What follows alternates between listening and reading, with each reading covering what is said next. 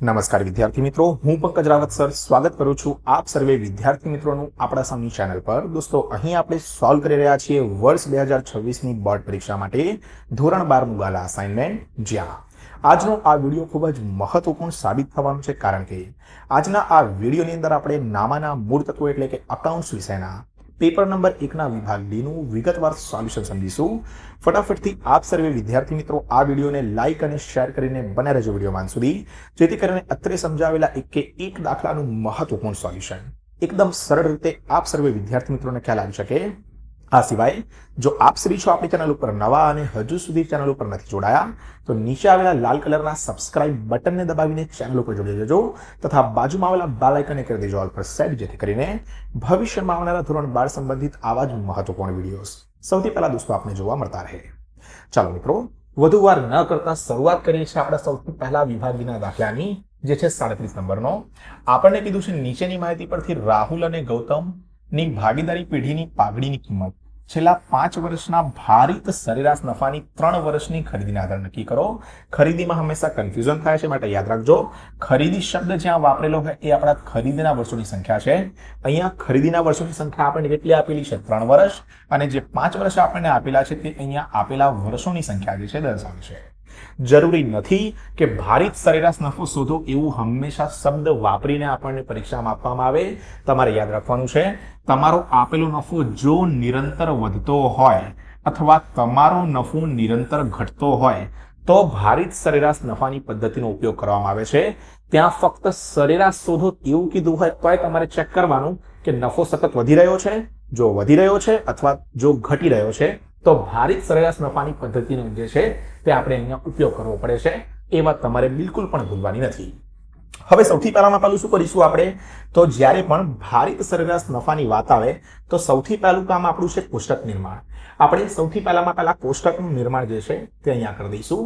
શું છે આપણા કોષ્ટકની અંદર? તો સૌથી પહેલામાં પહેલું વર્ષો જે છે તે આપેલા છે 2018 થી 19, 19 થી 20, 20 થી 21, 21 થી 22, 22 થી 23। તમામ વર્ષો જે અહીંયા આપેલા હતા એ વર્ષો આપણે શું કરી દીધા છે? આપણા કોષ્ટકમાં દર્શાવી દીધા। બીજું શું, આપણને જે નફો આપ્યો 20, 30, 37, 545, 60 એ નફો જે છે તે અહીંયા આપણે દર્શાવી દીધો। ત્રીજું કોષ્ટક આપણે બનાવવાનું ભારનું, જેટલા વર્ષોની સંખ્યા આપેલી હોય એટલે આપણે ભાર લખી દઈશું 6, 7, 8 જેટલા, એટલા બધા નથી આપતા, બરોબર? 5, 6 બહુ થઈ ગયા, તો ભાર 1, 2, 3, 4, 5। ત્યારબાદ ભારિત નફો શોધીશું। ભારિત નફો એટલે શું? તો કે ભાઈ કોષ્ટક નંબર 2 ના ગુણાકારમાં કોષ્ટક નંબર 3 કરો તો તમને કોષ્ટક નંબર 4 મળી જાય। તમે કોષ્ટક મુજબ નંબર પણ આપી શકો। વર્ષ શું? કોષ્ટક નંબર 1। નફો શું? કોષ્ટક નંબર 2। ભાર શું? કોષ્ટક નંબર 3। અને આ તો આપણે ચોથું શોધ્યું। મતલબ નફાના ગુણાકારમાં ભાર કરું તો ભારિત નફો મને મળી જાય। કેવી રીતે? 20,000 ના ગુણાકારમાં 1 તો કે ભાઈ 20,000, 30,000 ના ગુણાકારમાં 2 60,000, 37,500 ના ગુણાકારમાં 3 1,12,500, 45,000 ના ગુણાકારમાં 4 રૂપિયા 1,80,000, 60,000 ના ગુણાકારમાં 5 રૂપિયા 3 લાખ। બધું જ જ્યારે થઈ જાય ત્યારે આપણું અંતિમ કામ શું આવશે? તો તે આવશે ભાઈ અહીંયા આપણું ટોટલ કરવાનું। ચલો ફટાફટથી ટોટલ કરી દઈએ। ભાર જે આવ્યો આપણો, બરાબર, ટોટલ, તે ભારનું ટોટલ કરીએ તો એને આપણે કહીશું કુલ ભાર, બરાબર? આ થઈ ગયા આપણા કુલ ભાર। કુલ ભાર કેટલા મળ્યા? કુલ ભાર મળ્યા 15, અને આ જે આવ્યો એ આપણે લખી દઈશું કુલ ભારિત નફો। શું લખીશું ભાઈ? કુલ ભારિત નફો। તો કોઈ કે કુલ ભારિત નફો કેટલો મળ્યો? રૂપિયા 6,72,500। આ બધાનું શું આવી ગયું? આપણું ટોટલ આવી ગયું। જેવું આપણું સ્ટેપ નંબર 1 પૂરું થાય, સ્ટેપ નંબર 1 એટલે શું? સ્ટેપ નંબર 1 એટલે આપણું કોષ્ટક। કોષ્ટકનું કાર્ય જેવું પૂર્ણ થાય એટલે આપણે ભારિત નફો જે છે, બરોબર, તે અહીંયા શોધવાનો વારો આવશે। ચાલો હવે આગળ આવી જઈએ। આપણે ભારિત સરેરાશ નફો શોધી દઈએ। શાના ઉપરથી? તો કે ભાઈ આપણા નિર્માણ કરેલા કોષ્ટક ઉપરથી। ભારિત સરેરાશ નફા માટે તમારે સૂત્ર યાદ રાખવાનું, કુલ ભારિત નફો ભાગાકારમાં કુલ ભાર। મતલબ કોષ્ટક નંબર 4 નું જે ટોટલ આવ્યું તે અને એના ભાગાકારમાં કોષ્ટક નંબર 3 નું ટોટલ। કુલ ભારિત નફો કેટલો આવ્યો આપણો ભાઈ? 6,72,500। કુલ ભાર કેટલા આવ્યા આપણા? 15, બરોબર? 6,72,500 ભાગાકારમાં 15 કરો તો કેટલા આવી જાય? 44,833.33। પ્રેક્ટિકલ પણ સમજાવી દઉં। ચલો કેટલો છે? 6,72,000 આપણને અહીંયા આપ્યા આપણા ટોટલમાં, ભાગાકારમાં 15 કરીએ, બરોબર? તો ઓકે 6,72,500 છે, સોરી 6,72,500 ભાગાકારની અંદર 15 આપણે કરીએ તો 44,833.33 આપણો જવાબ જે છે તે આવી જાય છે. બરોબર, એકદમ સિમ્પલ ટુ સિમ્પલ અહીંયા. ત્યારબાદ પાઘડી કરીશું આપણે સ્ટેપ નંબર 3 માં. સ્ટેપ નંબર 2 શું હતો આપણો? સ્ટેપ નંબર 2 હતો અહીંયા ભારિત સરેરાશ નફો શોધવો, અને સ્ટેપ નંબર 3 શું થઈ જશે આપણી? પાઘડી શોધવી. ખરીદના વર્ષો આપણે ઉપર ચેક કર્યા, કેટલા હતા? 3 હતા. પાઘડી બરાબર જે સ્ટેપ નંબર 2 માં ભારિત સરેરાશ નફો શોધીને લાયા તેના ગુણાકારમાં ખરીદીના વર્ષો. કેટલો આવ્યો આપણો નફો ભાઈ? 44,833.33. ખરીદીના વર્ષો કેટલા હતા? 3. તો કઈ નહીં, આના ગુણાકારની અંદર આપણે 3 કરી દઈએ તો મળી જાય રૂપિયા 1,36,500, અને સરળતાથી ભાઈ ભારિત સરેરાશ નફો શોધી શકાય છે. ચિંતા કરવાની બિલકુલ પણ આપણે જે છે તે અહીંયા જરૂરિયાત આવતી નથી. બરોબર, એકદમ સરળ રીતે જે છે તે તમે આ ભારિત સરેરાશ નફાનો દાખલો જે છે તે ગણી શકો છો. શું પૂરું થઈ ગયું આની સાથે? દાખલા નંબર 37 જે છે આપણો આપેલો સૌથી પહેલો દાખલો વિભાગ ડી નો, તે આપણે કરી દીધો છે પૂર્ણ. હવે વાત કરીએ દાખલા નંબર 38 ની. ચાલો, 38 નંબરના દાખલામાં શું કીધું છે? હેમા, રેખા અને રાખી. શું? હેમા, રેખા અને રાખી એક ભાગીદારી પેઢીના ભાગીદારો છે. તેઓ પોતાનો નફો નુકસાન 3/1 ના પ્રમાણમાં વહેંચતા હતા. બદલીને 1 કરવાનું નક્કી કર્યું. તેથી પાઘડીનું મૂલ્યાંકન કરવાનું નક્કી કર્યું. ભાગીદારી પેઢીના નફા તથા અન્ય માહિતીના આધારે ભાગીદારી પેઢીની પાઘડીની કિંમત અધિક નફાની 3 વર્ષની ખરીદી. કયો નફો કીધો ભાઈ? અધિક નફો. પહેલા શીખ્યા એ ભારિત સરેરાશ નફો, હવે અધિક નફો. ખરીદીના વર્ષોની સંખ્યા કેટલી ભાઈ? 3 આપેલી છે. બરોબર, હંમેશા યાદ રાખજો, અધિક નફો હોય એટલે આપણને મિલકતો જે છે તે આપેલી હશે, દેવા આપેલા હશે. બરાબર, જેના ઉપરથી આપણે રોકાયેલી મૂડી જે છે તે શોધવાની હશે. અપેક્ષિત વળતરનો દર આપણને આપેલો હશે. અહીંયા ચેક કરી લઈએ આપણે 1.60, 1.40, 1.80. નફામાં શું છે? વધઘટ છે, એટલે સરેરાશ નફો જ આમાં શોધીશું. આમાં યાદ રાખવાનું, નફો સતત વધતો હોય કે નફો સતત ઘટતો હોય તો અહીંયા ભારિત સરેરાશ નફો શોધવો પડે આપણે અધિક નફામાં, અને વધઘટ થાય નફાની અંદર તો સાદો સરેરાશ નફો જે છે તે આપણો અહીંયા શોધવાનો વારો આવે. શું કરીશું? સૌથી પહેલા ભાઈ કોષ્ટકનું નિર્માણ કરવું પડશે આપણે. બરાબર, આની અંદર પણ કઈ રીતે થશે? સૌથી પહેલામાં પહેલું રોકાયેલી મૂડી શોધવાની. રોકાયેલી મૂડીનું સૂત્ર તમારે હંમેશા યાદ રાખવાનું કે રોકાયેલી મૂડીનો અર્થ થાય છે કુલ મિલકતો માઇનસ કુલ દેવા. મને કુલ મિલકતો ઉપર આપવામાં આવી હતી કેટલી? રૂપિયા 12 લાખ. ચલો જોઈ લઈએ આપણે. રૂપિયા 12 લાખ માઇનસ કેટલા? 5 લાખ.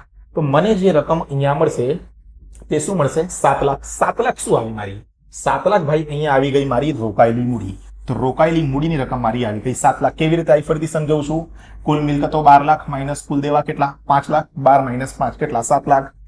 બીજા નંબરમાં યાદ રાખીશું આપણે શું? અપેક્ષિત વળતરનો દર. તો બીજું અપેક્ષિત વળતરનો દર આપણને ડાયરેક્ટ આપેલો છે. કેટલો આપેલો છે? 10% આપેલો છે. ડાયરેક્ટ લખી દઈશું આપણે અપેક્ષિત વળતરનો દર. અપેક્ષિત વળતરનો દર થઈ જાય તો એના ઉપરથી યાદ રાખવાનું ત્રીજી વસ્તુ શું આવશે ભાઈ? અપેક્ષિત નફો આવી જશે. અપેક્ષિત વળતરનો દર આવ્યો, એના ઉપરથી ત્રીજી વસ્તુ અપેક્ષિત નફો. હવે અપેક્ષિત નફો એટલે શું? તો સમજી લઈએ આપણે. અપેક્ષિત નફાનો અર્થ થાય છે આપણો કે રોકાયેલી મૂડી ગુણાકારમાં અપેક્ષિત વળતરનો દર. રોકાયેલી મૂડી કેટલી આવી હતી આપણી ઉપર? સ્ટેપ નંબર 1 માં 7 લાખ. અપેક્ષિત વળતરનો દર કેટલો? 10%. 7 લાખના 10% કરો એટલે રૂપિયા 70,000 આવે. અને એ શું મળ્યો આપણો? ત્રીજો સ્ટેપ, એટલે કે અપેક્ષિત નફો. સૌથી પહેલા રોકાયેલી મૂડી, સ્ટેપ નંબર આપણો 1. ત્યારબાદ અપેક્ષિત વળતરનો દર, સ્ટેપ નંબર 2. અપેક્ષિત નફો, અપેક્ષિત વળતરના દર ઉપરથી સ્ટેપ નંબર 3. ચોથું સરેરાશ નફો.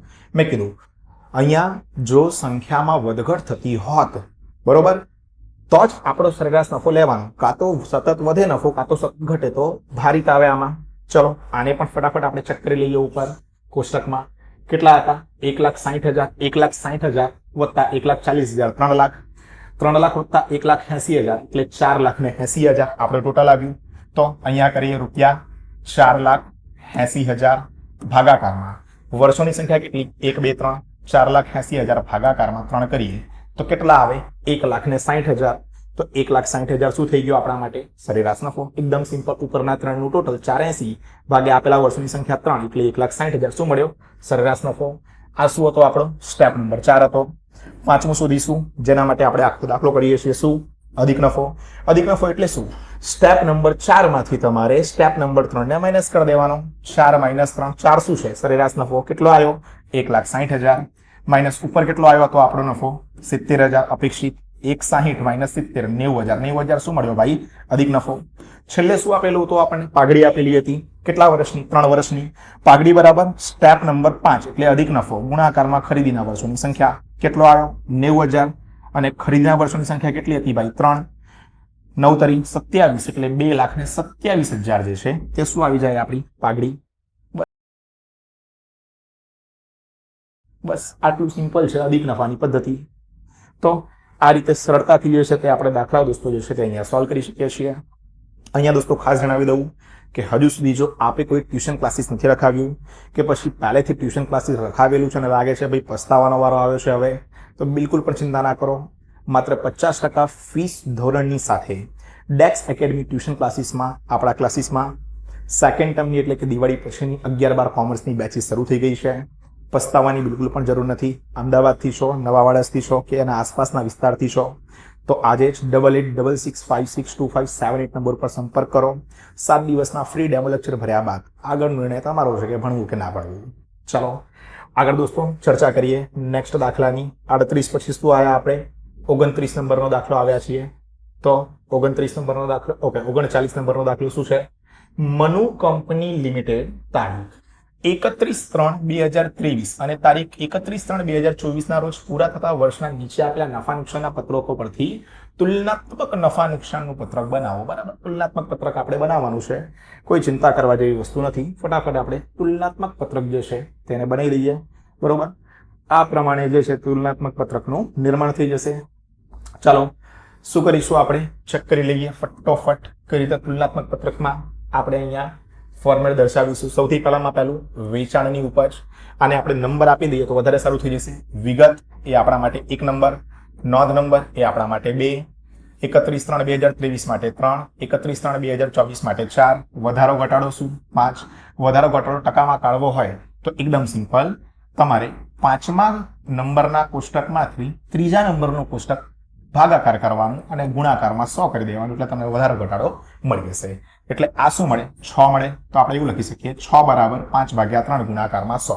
ફરી વાર કહું છું, કોષ્ટક નંબર 6 શોધવા માટે કોષ્ટક નંબર 5 માંથી તમારે કોષ્ટક નંબર 3 ને શું કરવાનું ભાગ આપી દેવાનું અને ગુણાકારમાં 100 કરી દેવાના એટલે તમને શું મળી જાય અહીં વધારો ઘટાડો. ચલો સૌથી પહેલા વેચાણની ઉપજ આપણે સમજી લઈએ. તો વેચાણની ઉપજ ઉપર કેટલી આપેલી છે એને જરા તપાસીએ. અહીંયા વર્ષ 2023 ની અંદર આપેલી છે આપણને રૂપિયા 52 લાખ. બરાબર, તો 52 લાખ આપણે અહીંયા દર્શાવી દીધા છે. ત્યારબાદ શું છે અહીંયા તો 24 મુજબ 45 લાખ. તો 45 પહેલા જૂનું વર્ષ અને પછી નવું વર્ષ આપણે લખીશું. 52 માંથી 45 જાય તો શું થાય ઘટાડો.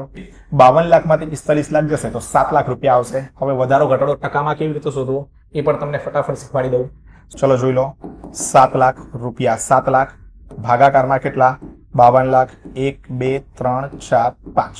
બરોબર, આ શું થઈ ગયા 52 લાખ ગુણાકારમાં 100. બરોબર, 13.46 જે છે તે આપણો જવાબ આવી ગયો. હવે એવી રીતે કોઈ પણ રકમ માટે તમે કરો સેમ ટુ સેમ જ જવાબ જે છે તે આપણો આવવાનો છે. બરોબર, સૌથી પહેલામાં પહેલું શું હતું વેચાણની ઉપજ. વેચાણની ઉપજ આપણી થઈ ગઈ. ત્યારબાદ હવે અન્ય આવકોની આપણે વાત કરીએ. અન્ય આવકો આપણને કેટલી આપી છે અહીંયા 10 લાખ. તો લખી દઈએ આપણે અહીંયા પણ 10 લાખ આપણી અન્ય આવકો. 23 માટે 24 માટે અન્ય આવકો કેટલી છે 2 લાખ. 10 લાખમાંથી 2 લાખ જાય તો 8 લાખ. શું શીખવાડ્યો બ્યાલ આપણે? તો સૌથી પહેલામાં પહેલું હંમેશાની જેમ યાદ રાખીશું કોષ્ટક નંબર 5 ભાગાકારમાં કોષ્ટક નંબર 3 ગુણાકારમાં 100. ચલો કરીને એકવાર ફરીથી તમને પ્રેક્ટિકલ બતાવી દઉં તમને ખ્યાલ આવી જશે. કોષ્ટક નંબર 5 માં કેટલી રકમ આપી છે ભાઈ 8 લાખ. તો લખી દઈએ અહીંયા 8 લાખ ભાગાકારમાં. કોષ્ટક નંબર 3 ની અંદર રકમ કેટલી છે 10 લાખ. તો લખી દઈએ અહીંયા આપણે 10 લાખ. બરોબર, ગુણાકારમાં શું 100. ગુણાકારમાં 100 કેટલા આવી ગયા 80. તો એકદમ સરળ રીતે જે છે તે આ પુસ્તકો આપણા થતા જશે. પછી કુલ ઉપજ. ઉપજની વાત કરીએ આપણે અહીંયા. તો ઉપજ કેવી રીતે થાય છે તો સમજી લઈએ. 52 લાખ વત્તા 10 લાખ 62 લાખ. 45 લાખ વત્તા 2 લાખ 47 લાખ. 62 માંથી 47 જાય તો 15 અને પેલું 5/3 ગુણાકારમાં 100 24.19. હવે આ મુજબ આપણી કુલ ઉપજ નીકળી જાય છે અને એ જ પ્રમાણે આપણે જે છે તે અહીંયા કુલ ખર્ચાઓ જે છે તે કાઢી લઈશું. તો આ દાખલા નંબર 39 પણ આપણો શું થઈ જશે સોલ્વ. બરાબર, વિડીયો બહુ લાંબો થઈ જશે એટલે રીત તમને શીખવાડી દીધી. બાકી તમે ઉપજ ઉપરથી જે છે તે એવી રીતે જ ખર્ચ પણ જે છે તે કાઢી શકશો. 40 નંબરના દાખલાની વાત કરી લઈએ. શું લખ્યું છે એલ લિમિટેડની નીચેની વિગતો પરથી સ્ટોક ઉથલો એટલે કે સ્ટોક ચલન દર ગણો. વેચાણ શરૂનો સ્ટોક, આખરનો સ્ટોક અને ખરીદી આપી છે. કાચા નફાનો દર કેટલો આપ્યો 30. સૌથી પહેલામાં પહેલું સ્ટોક ચલન દર ગણવા માટે આપણે શું કરીશું વેચેલ માલની પડતર બરાબર વેચાણ માઇનસ કાચો નફો. ચલો ઉપર જુઓ વેચાણ કેટલું છે આપણું 30 લાખ. 30 લાખમાંથી શું કરીશું આપણે અહીંયા તો કાચો નફો આપણો માઇનસ કરી દઈએ. કાચા નફાનો દર આપણને કેટલો કીધો 9 લાખ. હવે 30 લાખના 30% આપણે કરીએ. કેટલા? 30 લાખના 30%. તો જોઈ લો રૂપિયા 30 લાખ એના કેટલા ટકા? 30% આપણે કરવા જઈએ. બરોબર, ભાગાકારમાં 100. તો કેટલા આવી જાય આપણા? રૂપિયા 9 લાખ આવી જાય. બરોબર, વેચાણ માઇનસ કાચો નફો, વેચાણ 30 લાખ માઇનસ કાચા નફાનો દર 30%. 30 લાખના 30% એટલે 9 લાખ. તો આપણને શું મળી જાય? વેચેલ માલની પડતર મળી જાય. વેચેલ માલની પડતર કેટલી મળી ભાઈ? રૂપિયા 21 લાખ. પછી સરેરાશ સ્ટોક શોધીએ. સરેરાશ સ્ટોક એટલે શું? શરૂનો સ્ટોક વત્તા આખરનો સ્ટોક ભાગાકારમાં 2. ચલો, શરૂનો સ્ટોક કેટલો? 3,50,000 પ્લસ આખરનો સ્ટોક કેટલો? 2,50,000 ભાગાકારમાં 2. 3,50,000 વત્તા 2,50,000 ભાગાકારમાં 2 કરીએ તો 6 લાખ ભાગાકારમાં 2 એટલે કેટલા આવી જાય? 3 લાખ આવી જાય. લાસ્ટમાં શું શોધીશું? સ્ટોક ચલન દર. સ્ટોક ચલન દર એટલે શું? વેચેલ માલની પડતર ભાગાકારમાં સરેરાશ સ્ટોક. વેચેલ માલની પડતર ભાઈ આપણી શું આવી હતી? વેચેલ માલની પડતર આવી હતી રૂપિયા 21 લાખ. બરોબર, અને ભાગાકારમાં સરેરાશ સ્ટોક કેટલો? 3 લાખ. 21 લાખ ભાગ્યા 3 લાખ બરાબર શું? 7. આમાં 7 વખત લખાય અથવા તો 7 વાર લખાય. બરોબર, આ મળી ગયો આપણો સ્ટોક ચલન દર. આ રીતે આપણો દાખલો આ પણ થઈ જશે પૂરો. આગળ વાત કરીએ દાખલા નંબર 41 ની. શું કીધું છે? નીચે આપવામાં આવેલી માહિતીના આધારે રોકાણની પ્રવૃત્તિઓમાંથી ઉદ્ભવતા રોકડ પ્રવાહની ગણતરી કરો. રોકડ પ્રવાહની ગણતરીની અંદર આપણે સૌથી પહેલામાં પહેલું બિનચાલુ રોકાણોનું વ્યાજ 88,000 એમ દર્શાવી દઈશું. ત્યારબાદ જમીનની ખરીદી છે. બરોબર, કઈ ખરીદી છે આપણી? અહીંયા જમીનની ખરીદી. જમીનની ખરીદી 1,48,000 દર્શાવીશું, પરંતુ માઇનસમાં કરવું પડશે. યંત્ર જે છે બરોબર તે પણ આપણી મિલકતમાં આવે છે, માઇનસમાં દર્શાવીશું. યંત્રની ખરીદી રૂપિયા 98,000. ત્યારબાદ શું કર્યું આપણે? ફર્નિચર વેચાણ કર્યું. વેચાણ કરી રૂપિયા આવ્યા છે આપણે. બરોબર, જ્યાં પણ તમારે યાદ રાખવાનું રૂપિયા આવે એ બધું પ્લસમાં લઈશું. રૂપિયા જ્યાં જાય ત્યાં શું કરીશું? માઇનસ. જેમ કે ખરીદી કરીએ તો રૂપિયા શું થાય છે? જાય છે. જાય છે એટલે આપણે શેમાં દર્શાવીશું? માઇનસમાં. રૂપિયા આવે છે, રોકાણનું વ્યાજ આવે એટલે શેમાં દર્શાવવાનું આપણે? તો કે ભાઈ પ્લસમાં દર્શાવવાનું. ચલો આગળ ચર્ચા કરીએ આપણે. ત્યારબાદ ફર્નિચરનું આપણે શું કર્યું હતું? વેચાણ. રોકાણો પર શું મળ્યું? ડિવિડન્ડ મળ્યું. મળ્યું એટલે શું થશે? પ્લસ થશે. પ્લસ 40,000. પારડીના શું કર્યા? ચૂકવ્યા એટલે પૈસા ગયા. ગયા એટલે શેમાં આવે ભાઈ? માઇનસમાં આવે. પછી શેર બહાર પાડ્યા, ડિબેન્ચર પરત કર્યા. બરોબર, એ આપણે અહીંયા જે છે તે ગણતા નથી. ત્યારબાદ લોન આપણે શું કરી છે? અહીંયા લીધી છે. બરોબર, લોન લીધી પણ આપણી પ્રવૃત્તિઓમાં નહીં આવે. કઈ નહીં કરીએ આપણે, ઉપરનું જે પણ આવ્યું એ બધાનું આપણે હવે ટોટલ કરી દઈએ. એટલે કે આપણે અહીં ટોટલ કરવા જઈએ તો શું થઈ જશે? સૌથી પહેલામાં પહેલું રૂપિયા 88,000, પછી 1,48,000 માઇનસમાં, 98,000 માઇનસમાં, 45,000, 40,000, 32,000 માઇનસમાં. તો રોકાણ પ્રવૃત્તિમાંથી ઉદ્ભવતો દ્રાવક રોકડ પ્રવાહ જે છે એ કેટલો આવે? માઇનસમાં આવે 1,05,000. બરોબર, કરીને પણ એકવાર ચેક કરી લઈએ આપણે. સૌથી પહેલા પ્લસમાં શું આપ્યું છે આપણને? 88,000. તો 88,000 પ્લસમાં. ત્યારબાદ માઇનસમાં કેટલા? 1,48,000. તો 1,48,000 આપણે લખી દઈએ માઇનસમાં. પછી ફરીથી માઇનસમાં કેટલા આપણને આપેલા છે? 98,000. તો લખી દઈએ 98,000. ત્યારબાદ 45,000 કેવા આપણને આપ્યા? પ્લસમાં. તો લખી દઈએ અહીંયા 45,000. ત્યારબાદ 40,000 ફરીથી આપણને કેવા આપેલા છે? પ્લસમાં. તો લખી દઈએ 40,000. બરાબર, અને અંતમાં માઇનસમાં 32,000 આપણને આપ્યા છે, તો માઇનસમાં લખી દઈએ 32,000.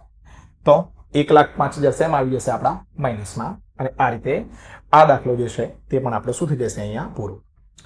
તો આની સાથે દોસ્તો વિભાગ ડી પેપર નંબર 1 અકાઉન્ટ્સ એટલે કે નામાના મૂળ તત્વ વિશેનું થાય છે પૂરું. આ સિવાય અન્ય ઘણા બધા વિડીયોઝ આપણે તૈયાર કરેલા છે. તમામ વિડીયોઝની લિંક્સ નીચે ડિસ્ક્રિપ્શન બોક્સમાં, કમેન્ટ બોક્સમાં કે ઉપર આવેલા આઈ બટન દ્વારા જોવા મળી જશે. તે વિડીયોઝને આપણા ચૂક નિહાળજો. હાલ આજના આ વિડીયોમાં આટલું જ રાખીએ છીએ. વિડીયો પસંદ આવ્યો હોય તો વિડીયોને લાઇક કરી દેજો અને તમામ વિદ્યાર્થી મિત્રો સુધી, તમારા સ્કૂલના હોય, ટ્યુશનના હોય, એમના સુધી કરી દેજો આ વિડીયોને શેર. ચેનલ ઉપર નવા છો તો સબસ્ક્રાઇબ કરવાનું બિલકુલ પણ ના ભૂલતા. મળીએ છીએ દોસ્તો જલ્દી જ એક નવા વિડીયોમાં આવા જ કેટલાક મહત્વપૂર્ણ સોલ્યુશનની સાથે. ત્યાર સુધી થેન્ક યુ સો મચ. જય હિન્દ, વંદે માતરમ.